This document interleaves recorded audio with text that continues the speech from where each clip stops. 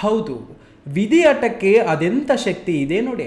ದೈವದ ದರ್ಶನ ಪಡೆದು ಪುನೀತರಾಗಬೇಕಿದ್ದ ಕುಟುಂಬವೊಂದು ಈಗ ಕಣ್ಣೀರಲ್ಲಿ ಮುಳುಗಿದೆ.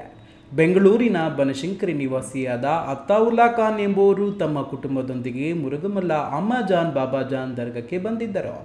ದರ್ಶನದ ಬಳಿಕ ಕೆರೆಯ ಬಳಿ ಬಟ್ಟೆ ಒಗೆಯಲು ತೆರಳಿದ್ದಾಗ ಈ ದುರಂತ ಸಂಭವಿಸಿದೆ. ಆಟವಾಡುತ್ತಿದ್ದ ಮಕ್ಕಳು ಅರಿಯದೆ ಕೆರೆಯ ಆಳಕ್ಕೆ ಇಳಿದಿದ್ದಾರೆ. ಮಕ್ಕಳು ಮುಳುಗುತ್ತಿರುವುದನ್ನು ಕಂಡ 24 ವರ್ಷದ ತಾಯಿ ತಬಾಸುಮ್ ಖಾನಂ ಕೂಡಲೇ ಕೆರೆಗೆ ಧಾವಿಸಿದ್ದಾರೆ. ಇವರ ಜೊತೆ ಪತಿ ಅತ್ತಾವುಲ್ಲಾ ಮತ್ತು ಅಳಿಯ ಸೈಯದ್ ಅಲಿ ಕೂಡ ಮಕ್ಕಳ ರಕ್ಷಣೆಗೆ ಮುಂದಾಗಿದ್ದಾರೆ.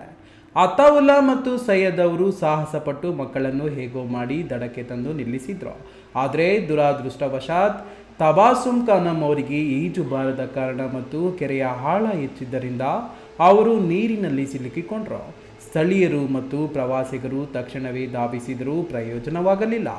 ನಂತರ ಸ್ಥಳಕ್ಕೆ ಆಗಮಿಸಿದ ಅಗ್ನಿಶಾಮಕ ದಳ ಹಾಗೂ ಕೆಂಚಾರ್ಲಹಳ್ಳಿ ಪೊಲೀಸರು ತಬಾಸುಮ್ ಅವರನ್ನು ಹೊರತೆಗೆಯುವಷ್ಟರಲ್ಲಿ ಅವರು ಪ್ರಾಣ ಬಿಟ್ಟಿದ್ದರು.